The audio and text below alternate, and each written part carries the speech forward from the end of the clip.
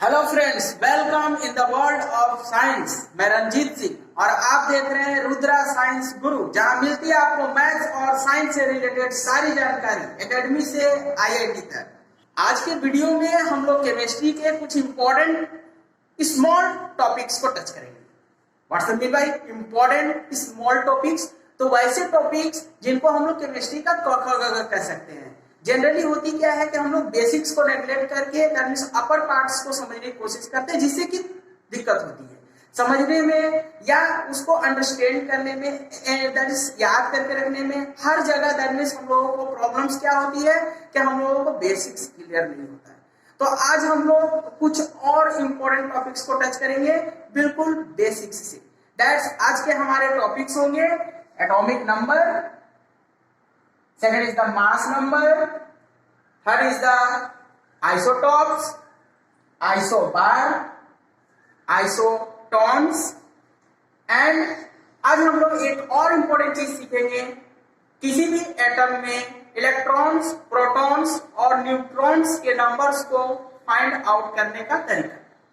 सबसे पहले हम लोग कंसंट्रेट करेंगे एटॉमिक नंबर पर। अब ये एटॉमिक नंबर होता क्या है? तो हर एलिमेंट्स की अपनी एक यूनिक आईडी होती है, उसको हम लोग एटॉमिक नंबर कहते हैं। अब ये एटॉमिक नंबर अलॉट कैसे किया जाता है, किसी भी एलिमेंट का कोई पर्टिकुलर एटॉमिक नंबर रखा कैसे गया है, तो इसको हम लोग समझेंगे उसके डेफिनेशन से। एटॉमिक नंबर का मतलब होता है किसी भी एलिमेंट के एटम के न्यूक्लियस में, क्या बोला मैंने, रिपीट कीजिए, किसी भी एलिमेंट के एटम के न्यूक्लियस में जितने पॉजिटिव चार्ज होते हैं उतने ही निगेटिव चार्ज इलेक्ट्रॉन्स न्यूक्लियस के बाहर सेल में रिवॉल्व कर रहे होते हैं। तो यहाँ पर हम लोगों ने सबसे पहले फाइंड आउट क्या किया कि जितने पॉजिटिव चार्ज न्यूक्लियस में होंगे उतने ही निगेटिव चार्ज इलेक्ट्रॉन्स न्यूक्लियस के बाहर सेल में रोटेट कर रहे होते हैं। और ये जो नंबर ऑफ प्रोटॉन्स और नंबर ऑफ इलेक्ट्रॉन्स होगी, इसी को हम लोग उस एलिमेंट का एटॉमिक नंबर कहेंगे। अब अगर मैं कहूं कि कार्बन का एटॉमिक नंबर 6 है, तो इससे हम लोगों को क्या जानकारी मिलती है कि कार्बन में 6 इलेक्ट्रॉन्स यानी निगेटिव चार्ज और 6 प्रोटॉन्स यानी कि पॉजिटिव चार्ज होंगे। कार्बन में मीन्स व्हाट? कार्बन के एक एटम में कितने इलेक्ट्रॉन्स? 6 इलेक्ट्रॉन्स और कितने प्रोटॉन्स? 6 प्रोटॉन्स। अब इसको हम लोग लाइन अप करें। एटॉमिक नंबर को अगर डिफाइन किया जाए, atomic number of an element is defined as the number of protons in the nucleus. ध्यान दीजिए, number of protons in the nucleus or number of electrons in the cell of an atom। ये हो गया इसका definition. Now further is that कि atomic number को अगर symbol के थ्रू दिखाया जाए तो इसको हम लोग Z से डिनोट करते हैं। एटॉमिक नंबर को किससे डिनोट किया जाता है? Z से। Now further एटॉमिक नंबर का अगर हम लोग फॉर्मूला फाइंड आउट करें तो एटॉमिक नंबर मतलब क्या? अभी हम लोगों ने सीखा नंबर ऑफ प्रोटॉन्स और नंबर ऑफ इलेक्ट्रॉन्स, दोनों में से किसी के भी नंबर्स को हम लोग ले सकते हैं, लेकिन मेनली हम लोग फोकस करेंगे एटॉमिक नंबर को हम लोग नंबर ऑफ प्रोटॉन्स से ही डिफाइन करने की कोशिश करेंगे। इसके पीछे लॉजिक ये होती है कि जो प्रोटॉन्स होते हैं वो न्यूक्लियस के अंदर पैक होते हैं, उनकी संख्या घटती बढ़ती नहीं है। लेकिन जहां तक इलेक्ट्रॉन्स की बात होती है तो आउटर मोस्ट सेल वाले इलेक्ट्रॉन्स घटते बढ़ते रहते हैं। तो अगर इलेक्ट्रॉन्स की बात करें तो उसकी संख्या फिक्स नहीं होती, वो घट या बढ़ सकता है। तो हम लोग उस चीज पर फोकस करेंगे जो कि फिक्स होता है, यानी कि number of positive charge protons in the nucleus of an atom. आगे अब एटॉमिक नंबर के बारे में कुछ इंपॉर्टेंट नोट्स हम लोग देखें तो सबसे पहली बात आप लोग बिल्कुल ध्यान से समझिए, किसी भी एलिमेंट का जो एटॉमिक नंबर होता है वो उसका यूनिक आईडी होता है, यानी कि एक एटॉमिक नंबर, एक संख्या जो अलॉट की जाती है वो किसी पर्टिकुलर एलिमेंट के लिए अलॉट की जाती है। अगर मैं कहूं 7, तो 7 एटॉमिक नंबर है नाइट्रोजन का, तो 7 का मतलब ऑलवेज नाइट्रोजन, 7 किसी और का एटॉमिक नंबर नहीं हो सकता। नाउ नेक्स्ट इज दैट कि atomic number of 2 elements will never be same, that is ये जो अभी मैंने समझाया कि कभी भी इट इज इम्पॉसिबल, ये असंभव है कि कोई भी 2 एलिमेंट्स का एटॉमिक नंबर एक दूसरे से मैच कर जाए। तो ये 2 बातें आप लोग ध्यान में रखेंगे कि किसी भी एलिमेंट का एटॉमिक नंबर उसका अपना पर्सनल प्राइवेट यूनिक नंबर होता है, एंड सेकंड इज दैट कि कोई भी 2 एलिमेंट्स का एटॉमिक नंबर कभी एक दूसरे से मैच नहीं करेगा। अब हम लोग बात करते हैं मास नंबर की। मास नंबर कहीं कहीं पर एटॉमिक मास भी लिखा हुआ होता है, तो हम लोग मास नंबर और एटॉमिक मास दोनों को सेम करके समझेंगे। तो मास नंबर या एटॉमिक मास का मतलब क्या होगा कि किसी भी एलिमेंट के एटम के न्यूक्लियस के अंदर जितने भी पार्टिकल्स प्रेजेंट होंगे, ये मैंने पहले ही समझाया है कि न्यूक्लियस के अंदर कौन कौन होता है।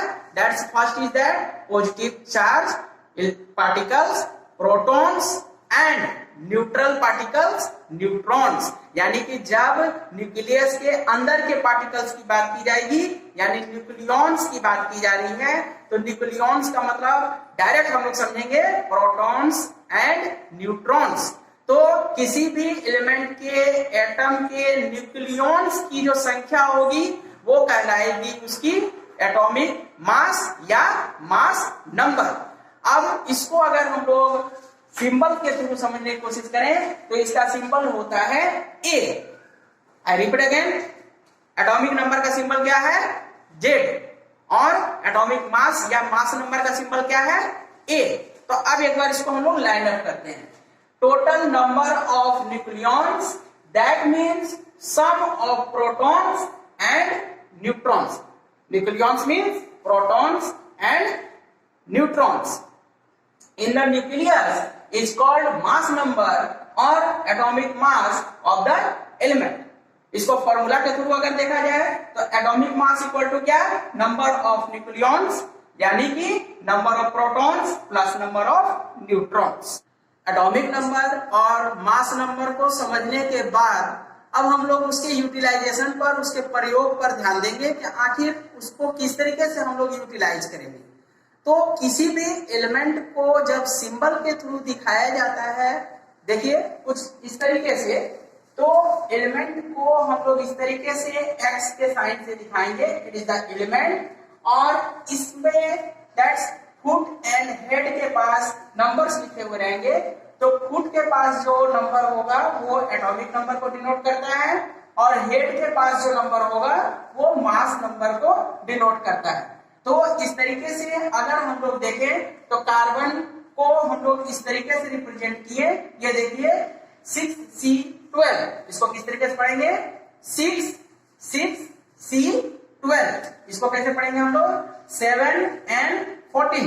तो जैसे ही आपको इसको दैट मीन्स रीड करने मिले तो आप ये समझेंगे 6C12 यानी कि 6 जो है वो फुट है और 12 जो है वो C का हेड है। यानी कि फुट मतलब क्या बताया मैंने?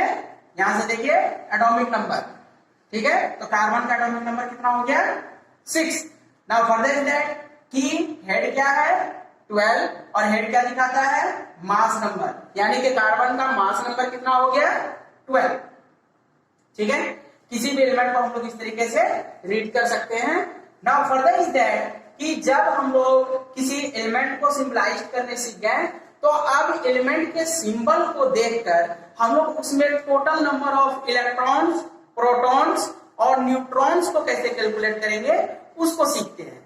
देखिए नाउ किसी भी एलिमेंट के एटॉमिक नंबर के द्वारा हम लोगों को क्या क्या चीज मिलता है? तो या तो नंबर ऑफ प्रोटॉन्स या तो नंबर ऑफ इलेक्ट्रॉन्स। इन दोनों को कंबाइंडली अगर देखा जाए तो हम लोग नंबर ऑफ प्रोटॉन्स को भी बोल सकते हैं एटॉमिक नंबर के बराबर, और नंबर ऑफ इलेक्ट्रॉन्स को भी हम लोग बोल सकते हैं एटॉमिक नंबर के बराबर। तो अगर सिंबल के थ्रू हमने एटॉमिक नंबर फाइंड आउट कर लिया है, यानी कि हम लोगों ने क्या फाइंड आउट कर लिया, number of protons and number of electrons. Now अब थोड़ा आगे बढ़ा जाए, मास नंबर को हम लोग कैसे डिफाइन किए। मास नंबर का मतलब होता है mass number equal to number of protons plus number of neutrons, यानी कि मास नंबर जो है वो नंबर ऑफ प्रोटॉन्स और नंबर ऑफ न्यूट्रॉन्स दोनों का कंबाइंड फॉर्म होता है। अगर मास नंबर में से हम नंबर ऑफ प्रोटॉन्स को हटा दें तो बचेगा क्या, नंबर ऑफ न्यूट्रॉन्स। तो नंबर ऑफ न्यूट्रॉन्स का फॉर्मूला हमारे पास क्या आ गया, number of neutrons equal to mass number minus atomic number, यानी कि A माइनस जेड। ठीक है, यहां सिंबल के थ्रू एक बार फिर से रिपीट किया जाए। फुट के पास में क्या है, एटॉमिक नंबर, हेड के पास में क्या है, मास नंबर। तो अगर इसको हम लोग लेते हैं 6C12 तो इसका एटॉमिक नंबर कितना हो गया, 6, मास नंबर कितना हो गया 12, यानी कि इसमें कितने इलेक्ट्रॉन्स 6, कितने प्रोटॉन्स 6, न्यूट्रॉन्स कितना, तो ए में से जेड को घटाएंगे, 12 माइनस 6 यानी कि 6। ठीक है, आगे देखिए हम लोग एग्जाम्पल के थ्रू इसको समझते हैं। मैंने एक एग्जाम्पल लिखा है 12Mg24। इसको देखने के साथ आपके दिमाग में ये बात आनी चाहिए कि फुट के पास क्या है 12, यानी कि एटॉमिक नंबर क्या है 12, यानी कि नंबर ऑफ प्रोटॉन्स कितने हैं 12, नंबर ऑफ इलेक्ट्रॉन्स कितने हैं 12। ठीक है, नाउ मास नंबर कितना है 24, तो नंबर ऑफ न्यूट्रॉन्स कैसे निकालेंगे हम लोग, 24 माइनस 12 यानी कि 12। ठीक है, हाँ अच्छी बात है, आप अच्छा ऑब्जर्व कर रहे हैं कि एटॉमिक नंबर से हम लोग को number of electrons, number of protons मिल रहा है और नंबर ऑफ न्यूट्रॉन्स भी तो उतना ही आ रहा है। जैसे कि कार्बन में हमने देखा 6 electron 6 protons 6 neutrons, that is magnesium में हमने देखा 12 इलेक्ट्रॉन्स 12 प्रोटॉन्स एंड न्यूट्रॉन्स भी 12। अच्छी बात है, अच्छा ऑब्जर्वेशन है, इसको हम लोग आगे यूज करेंगे।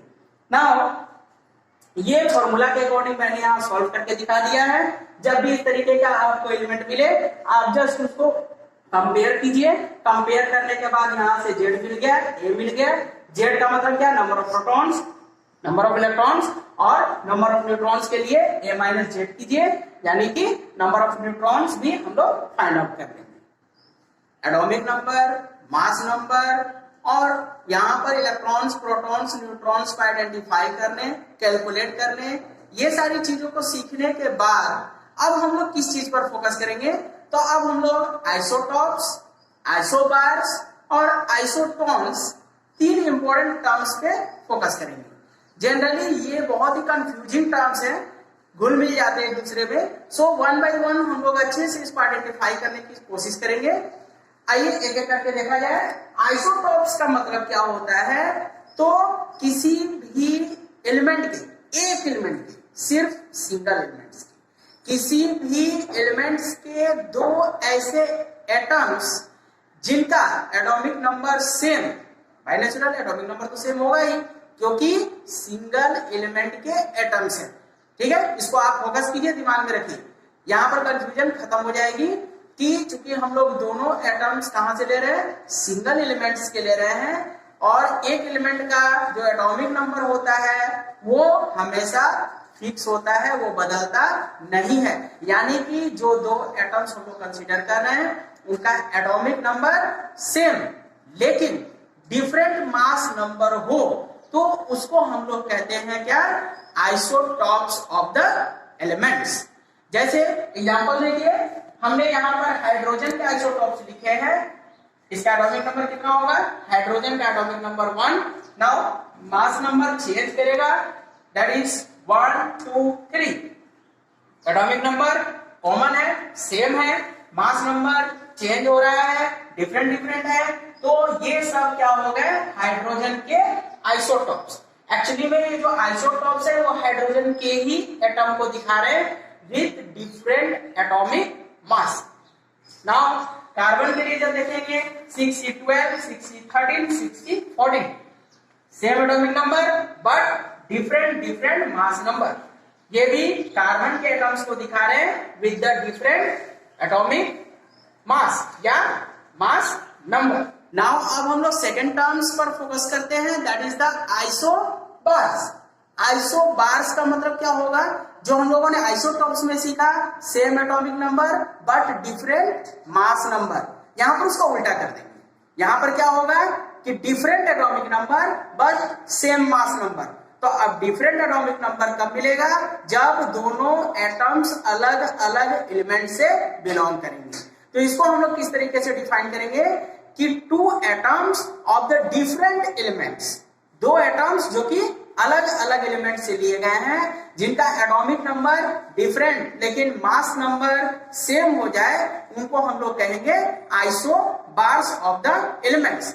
यहां पर देखिए, the atoms of different elements, ध्यान में रखिएगा, यहां पर सेम था, सेम एलिमेंट्स के एटम्स थे, यहां पर हम लोग डिफरेंट एलिमेंट्स के एटम्स को लेंगे, ठीक है। Now the atoms of different elements which have same mass number but different atomic number are called isobars।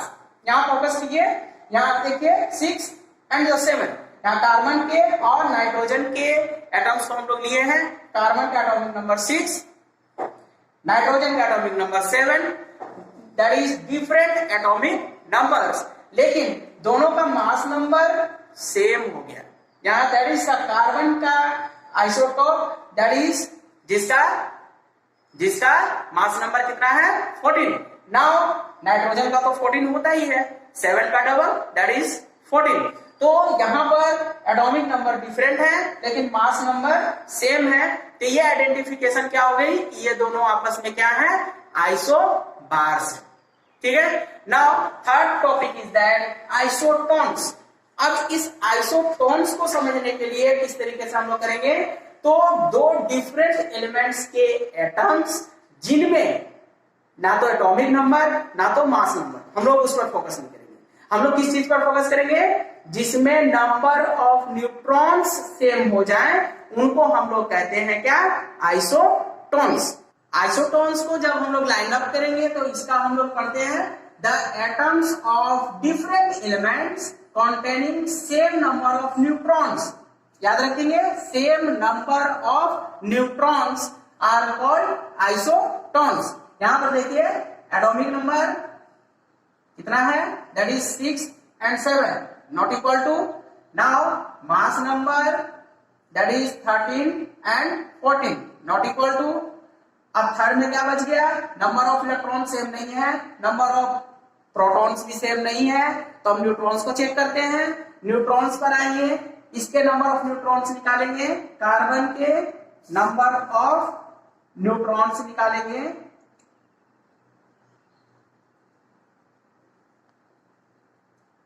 चलिए फॉर्मूला हम लोग सीख चुके हैं, that is a minus Z, यानी कि 13 माइनस 6 कितना हो गया?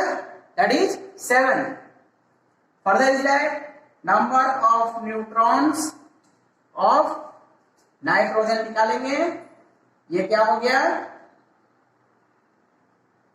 दैट इज 14 माइनस 7 यानी कि 7। देखिए ये दोनों मैच कर गया, यानी कि number of neutrons of 6C13 and number of neutrons of 7 and 14 are same, so these two are the isotones to each other। I hope कि आज के टॉपिक्स आपको समझ में आए होंगे। आप इनको यूटिलाइज कीजिए, समझिए। अगर किसी तरह की कंफ्यूजन, किसी तरह की प्रॉब्लम होती है, आप मेरे कमेंट बॉक्स में लिखिए, मैं उसको नेक्स्ट वीडियो में रिजॉल्व करने की कोशिश करूंगा। कि बहुत जल्द आप लोग मेरे नेक्स्ट वीडियो को देख रहे होंगे। सो कनेक्ट रहिए, सीखते रहिए। नमस्कार।